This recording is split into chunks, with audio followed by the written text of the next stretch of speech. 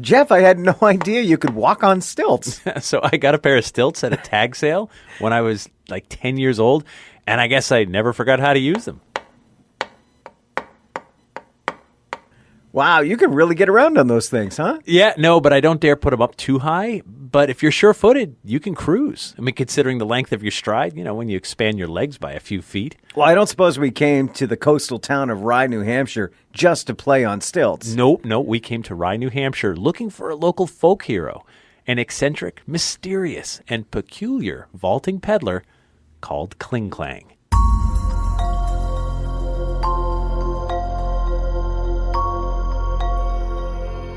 I'm Jeff Belanger, and welcome to episode 247 of the New England Legends podcast. Give us about 10 minutes. We'll give you something strange to talk about today. Then be sure to listen to the second half of the podcast for After the Legend, where we take a deeper dive. And I'm Ray Auger. Thanks for joining us on our mission to chronicle every legend in New England, one story at a time. We're a community of legend seekers, and we love when you reach out to us with your own story leads. Don't assume that we've heard it. Please also subscribe to our podcast because, well, it's free. And posting a review for us on Apple Podcasts really goes a long way in helping others find our show. We appreciate when you help spread the word. We certainly do. Now, before we go searching for this unique New England folk hero, we want to take just a minute to tell you about our sponsor, Nuwadi Herbals. I love that the weather is warming up and we're getting outside more. Yeah, me too. But there's a downside to that. What's that? Mosquitoes and bugs waiting to ruin our hikes into nature as we search for legends. Yeah, for sure. Well, our friends at Nuwadi Herbals have good news, Ray.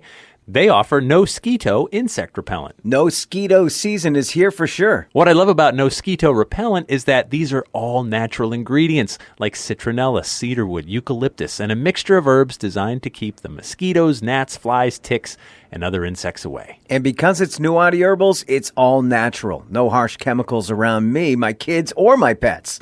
And the best part is, No-Skeeto works. But if you're prone to bug bites, poison ivy, fever blisters, and other minor skin irritations, then Nuwadi Herbals also offers their Moccasin Tracks Balm. This all-natural balm is perfect for soothing those itchy spots and minor rashes we get after a hike in the woods or cutting the lawn for that matter. Nuwadi Herbals offers way more than just great teas. Let Nuwadi Herbals help support your healthy lifestyle. Check out the Nuwadi Herbals website to see all their great products, and you get 20% off your order when you use the promo code LEGENDS20 at checkout. Visit NuwadiHerbals.com. That's Nuwati, herbals with an S.com. All right, Jeff, we're looking for someone named Cling-Clang? It's a pretty good name, right? Sure, I guess. I know New England has more than its share of eccentrics who have left a mark. No, we sure do. I mean, we covered the story of Leatherman in Connecticut in the New England Legends television series. There's John Hammond, who built Hammond Castle in Gloucester, Massachusetts. Ruth Colblath, the woman who waited. Albany, New Hampshire, Madam Sherry of Brattleboro, Vermont, and on. So many others that have made our radar over the years. Now, an eccentric sticks out. Sure. That's part of the point. They're memorable. And if Cling-Clang was a peddler, being remembered is a good thing for business, right? So true. Now, I can remember local TV commercials growing up as a kid. You know the one. There's always some local business owner willing to be way over the top in their commercials, so we remember them. Right. I mean, it worked, right? Yeah. I remember car dealership owners dressing like a clown and throwing pies and assuring us that his low prices are no joke. I think we all remember commercials and people like that. Yep. So we're going to head back to 1880 and meet a New England eccentric peddler named Cling-Clang. It's May of 1880 here in Rye, New Hampshire. James Buchanan is President of the United States, and though nationally there's tension in the country over the issue of slavery, here in the coastal town of Rye, it's mostly business as usual. Rye is the next town south from Portsmouth, New Hampshire. It's pretty rural. There's some farms, and of course, locals do a lot of fishing, not just for their tables, but for their livelihoods. This is a time for peddlers. They mostly travel on foot through the towns and villages. If you need basic goods like grains or soaps, you'll get those in the general store in town. But peddlers can get you unique items like jewelry, maybe fancy buttons for that dress you're sewing. And they're also good for regional gossip. Given that in certain parts of town, days can go by when you don't see anyone except your family. Peddlers can be a welcomed visitor. Peddlers are also good for doing odd jobs and tasks before moving on. They specialize. Some come by with enough regularity that they're actually invited into people's homes for meals or even to stay overnight before they move on the following day. But of all the peddlers who make their way up the coast, there's one who stands tall above the others. Maybe that's because you can hear him coming before you see him. Ray, look down the road. That's our guy. And man, he's moving at a pretty quick pace, too. Wow, is he ever? He's got those 2 long poles, maybe 10 feet long or so, and they've got brass tips on the bottom. He's holding the poles near the top and moving at almost a running pace on the stilts. And the clanking sound is coming from the various pots and pans hanging off his sack, a sack that looks like an old salt bag. Yeah. The bag looks a lot like the clothes he's wearing, too.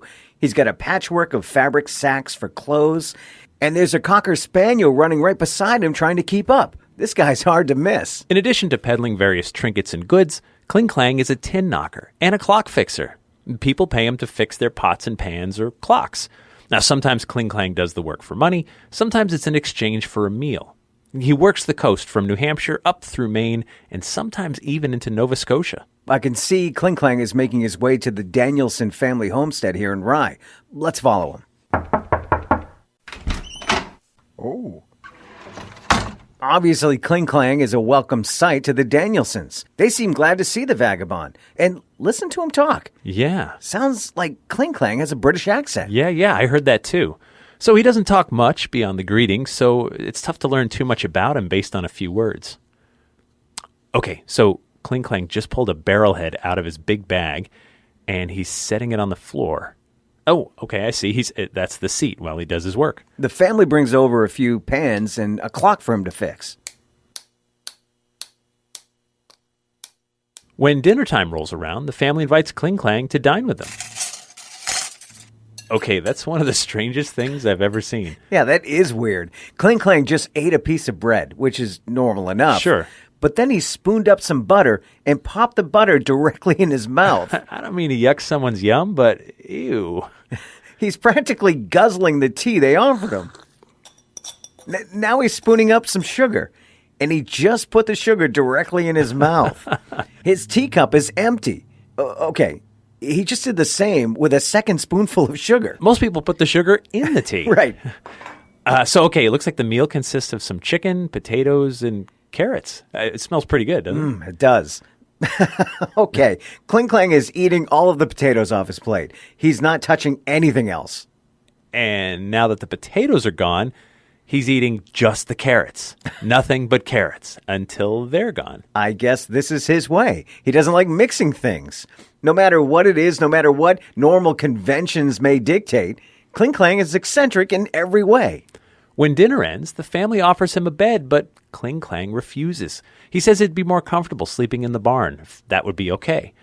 The father shrugs, agrees, and Cling-Clang heads out to the barn for a night's rest. Whoa, Cling-Clang is pacing around the barn now. He seems a little agitated. Yeah, the sound of that rooster's call was just too much for him to handle. Once Cling-Clang calms down from the rooster, he gets back to work fixing the family's clock. After a quick breakfast with the Danielsons, where once again he eats each item separately, he's back on his way up the coast with his dog.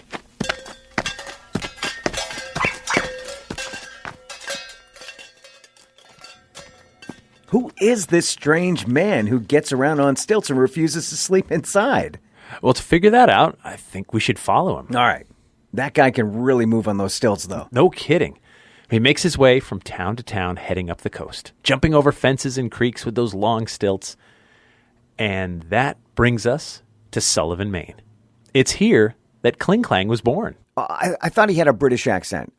Never mind. He wasn't born here. The legend was. Right. So let's head into that stone building over there. It's the headquarters of the local shipyard. I just asked around a bit. There's a lot of rumors about Cling-Clang. Like what? Well, everyone agrees that he's from England. Sure. Some say he was the most wanted man in England, and he came here to the United States to escape capture. But he's going to escape capture by sticking out like this? Well, it's just a rumor.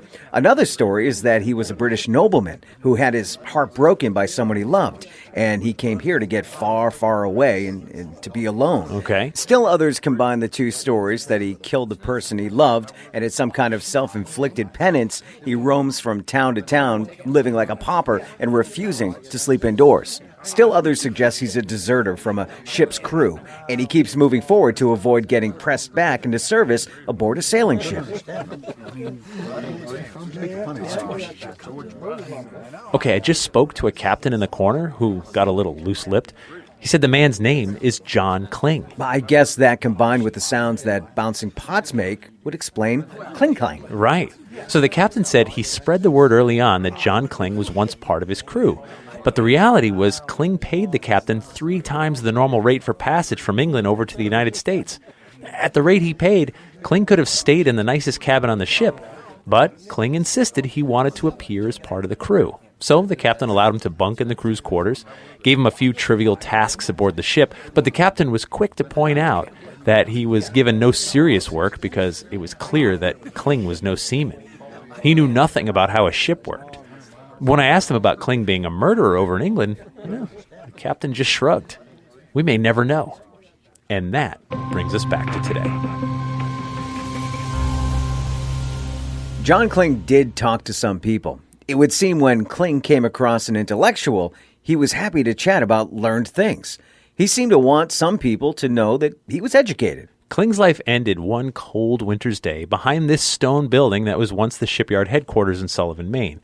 He was sleeping underneath an overturned rowboat, something he'd done plenty of times before, even in the winter. When the building's owner came out to check on him in the morning, Kling was found frozen solid. Still, no one forgot old Cling-Clang. That's true. Most of the details we found on this story come from the 1953 book, Sullivan and Sorrento Since 1760, by Lelia Clark Johnson. Though the section of the book about Cling-Clang was written by Chief Stanwood on October 1st, 1947. Stanwood mentions as a young child he heard all the stories about old Cling-Clang. The story has never gone away. Cling-Clang continues to show up in various books of weird legends. And the old stone storehouse in Sullivan Harbor is said to be haunted by Cling-Clang's ghost. From Maine to New Hampshire and back again, eccentrics always stick out, and they still stick out even more than a century after they're gone. And that brings us to After the Legend, where Ray and I take a deeper dive into this week's story. After the Legend is brought to you by our sponsor, Seaside Shadows. Seaside Shadows offers a blend of history and mystery on their guided tours of southern New England. We can't think of a better way to walk into a community's past than through its ghostly tales. Seaside Shadows takes you there. Joining us again this week from Seaside Shadows to tell us about another New England wanderer is company founder, author, historian, and storyteller, Courtney Reardon. Hey, Jeff. Hey, Ray. Thanks so much for having me. New England does indeed have its fair share of wanderers. In fact, Mystic, Connecticut has some who ended up becoming local heroes. A mystic man named Thomas spent his youth navigating the sea by the stars and traveling out west to search for gold before his career as a mystic-based merchant for the army would end up leading to his capture by the Confederates. Captured and imprisoned, his time down south is only the beginning of his journey against the odds with formidable foes from nature and humans alike. And geez, when it did come time for Thomas to leave this earthly world, let's just say he did so with a bang. It's hard not to feel his presence standing near his grave overlooking the Mystic River to this day. So many notable characters still with us thanks to these stories. Head to seasideshadows.com to learn all about their walking tours, virtual tours that you can take online right now. Plus, they offer private tours and events including murder mystery dinners, pub crawls, special investigations, and more. SeasideShadows.com is the place to find out about all their upcoming events, tours, and you can book your experience right online. Head over to SeasideShadows.com to start your tour of local legends, lore, and true history. So, door-to-door peddlers, those days are gone. I have some. They still come. They're not peddlers. They're kids selling chocolate. Oh, be nice. It's not those kids. It's the other kids who probably have a CD pass or doing some kind of community service and selling the solar panels. Come on. Oh, the solar panels. Okay. Those guys. Right. Fair enough. And then, of course, there's peddling religion, right? Those two, yeah. They come by as well. But I think we've collectively just grown when someone comes to our door that we don't know. When someone calls you, you don't know. Do you even answer? I answer knowing that it's not going to be somebody who I want to talk to. Right. And then I usually yell at them. Sometimes I swear at them. Oh, because you've had a frustrating day and that poor person, you're taking it out on It's them. always recorded now, though. Do you notice that? Oh, right. so they can make Or some best of. they say, can you wait on hold for an important message? No, you called me. Why am I waiting Very for busy, you? very Sorry. busy. So, but those are not welcome. But old Cling-Clang was. Yeah.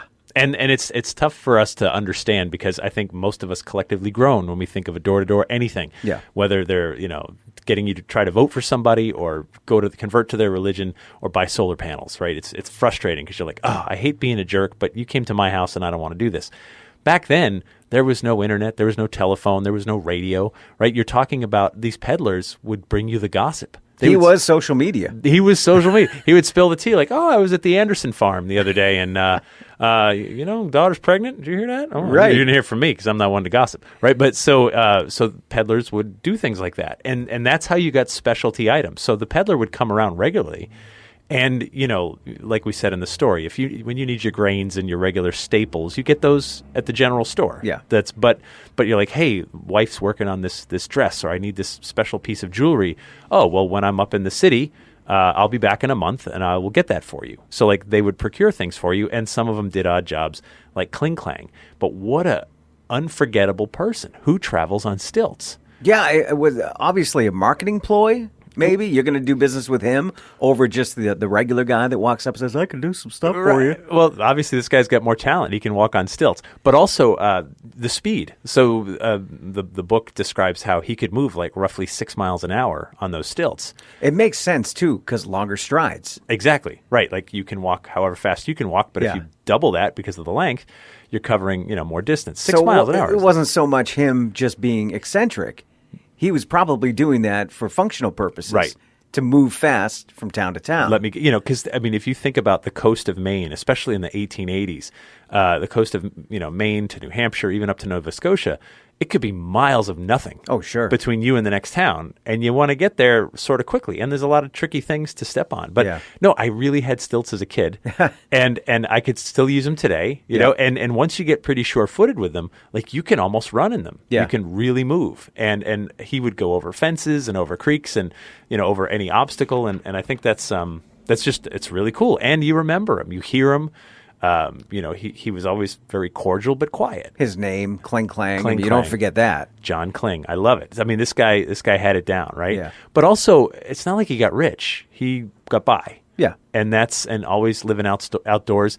What do you need money for, really? He liked sleeping outside. I guess. But so you start to invent backstory. Well, he must have murdered somebody in England. He's on the run, yeah. He's on the run. And while the most wanted man in England, there was information exchange between the two countries. I know that it's not like wire service, but the most wanted man in England, that description would have come over to the United States. Right. And a guy that sticks out that much would not be able to hide very well. Right. So if he was truly wanted by, the authorities, that guy would be found. So I don't buy that.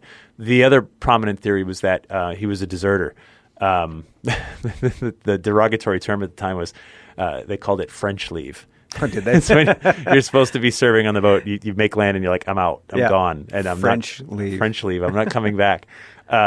So that he was a crew on a boat. And by the way, boats need a certain amount of people to be considered seaworthy. Yeah. So it's not just like, hey, it's not just inconvenient. Right. I mean, it's actually everyone has a job on a boat. There's important jobs. Absolutely. Yeah. So that he was a deserter and just whatever. But the fact that he wouldn't take hospitality as far as like sleeping indoors, we can't help but wonder, like, well, what are you running from, and why are you punishing yourself like this when people have offered you lodging and things like that? But we know he's an odd guy anyway, just based on the way he would eat his food. Right. Everything's separate. Everything about him stuck out. And I love that we're still talking about this guy. So we've done a couple other episodes. I had to look this up, but it was episode 178. Right off the top of your head. Right That's off the top of my amazing. head. Peck's Hollow in Franklin, Connecticut. Micah Rood's former farm. Yeah. So this was a peddler. Remember the story? Yep. And go listen to the episode because it's a good one. Being a peddler could be dangerous too. because some of these folks were having affairs, right? Sure. They were welcome sights for not just the farmers, but the farmers' wives. Yeah. And so there were rumors, and sometimes, it's dangerous. You're just run into a bad apple, so to speak. Yeah, check it out. That's the story. Somebody looking to kill somebody. They haven't seen anybody in like 3 months. It's like, oh, welcome. He needed, come on in. Yeah, he needed killing. Or rumors get around, and next thing you know, nobody's looking for you, and it's going to be weeks before someone notices you're missing. Right. And then way back in episode 90, we did the Moaning Bones of Mount Tom in Arcadia, Rhode Island, and that was a murdered peddler, another murdered peddler. So were we good at episode 90? We're getting there. We found our stride We're there? starting. Okay. We're getting better. So we always tell people, don't listen to the earlier episodes. Yeah. I mean, you can, but... You can. And it's funny to look at our stats and go back. So, the newer episodes get lots of downloads, and they slow down over time. But then you can go all the way back, and episode 1 has got a bunch too. And then episode 4 or 5, not as many. Yeah. Because there's people let me hear the first one. Like, oh yeah, I'll stick to the new ones. It's fine. We were learning, live and learn. Yeah. But that's how it went. But yeah, so, and then I thought a lot about the Old Leatherman, because that's one I really grew up with. Yep. Old Leatherman traveled between the Connecticut River, which is like, if you draw a line straight down south from Hartford, that's more or less the Connecticut River, and the Hudson River in New York. So he would travel this endless route, 360 miles. Yeah. And he would cover something like 10 miles a day. And there's Leatherman caves all over. I've been in a few of them. And that's, he would leave firewood and then know he'd be back there in however many days, like a month, 36 days or so. And so he'd leave his firewood for the next time. And he was dressed completely in leather. He got handouts. You could set your watch by him. He's going to come by at noon. I'll feed him a meal. And he was a Frenchman. And some people speculated that, he had broken heart over in France and came here and was just going to walk. Well, very similar. Until he died. Yeah. And so it's such a romantic story, the idea that I'm just going to be this guy that is very mysterious, eccentric. I don't want a friend, but everyone knows me. Everyone. No danger. I mean, no one's afraid of him. Yep. There never any stories about him hurting nor Cling-Clang. Yeah. Right. Some people just want to be alone. Be alone, but stick out. Which is weird. That's like true. I get the hermit thing, right? Like I just want to go in the woods and be alone. Okay, fine. You're a hermit, and I don't want to talk to anybody. But Cling-Clang wants to be seen. He wants to be seen. So did Leatherman, right? Yeah. You can't miss me. You know what I mean? You hear me coming, tink, tink, tink, tink, tink, tink. As the cans are bouncing and stuff, and you're on stilts. I mean, you stick out, and yet you want to be sort of reclusive. And what a unique character trait. Yeah. I'm trying to think of we know people who want to stick out, but they want social media followers, Sure. they want tweets, and they want everybody to pay attention. But somebody all the time. just walking around. Yeah. You don't see that a lot. People that want to stick out. Maybe the hair. Right. Colored hair. Yeah, sure. You see that from time to time. Yeah, I know you're looking at me, but don't talk to me. It's Right. a strange thing. It's really it's something to it's unique.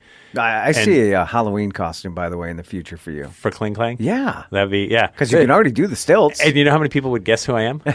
Me. Ray. That's it. And a couple of listeners that are just like, hey, Cling-Clang, that's cool. That would be totally cool. But he really made his name in Sullivan, Maine. Yep. That's really the epicenter because that's where he died. And allegedly where he got off the ship from England was in Sullivan. And then worked the coast because that's what you do, always moving. And knew a trade, smart enough to fix a clock. I mean, that's easy. Tough, yeah. That's not easy to do. And so one of those notable characters that really stuck out that we still talk about. And if you look up all the weird books, New England and the old Yankee magazine, Mysterious New England books and stuff, he's in all of them. Yeah. Everybody talks about this guy. It's just so well known. Although those other books didn't know his name or his backstory. The source material turned out to be that 1953 book, where you had someone that said I knew old timers that knew him, and so it was closer to the real source of as far as who he was.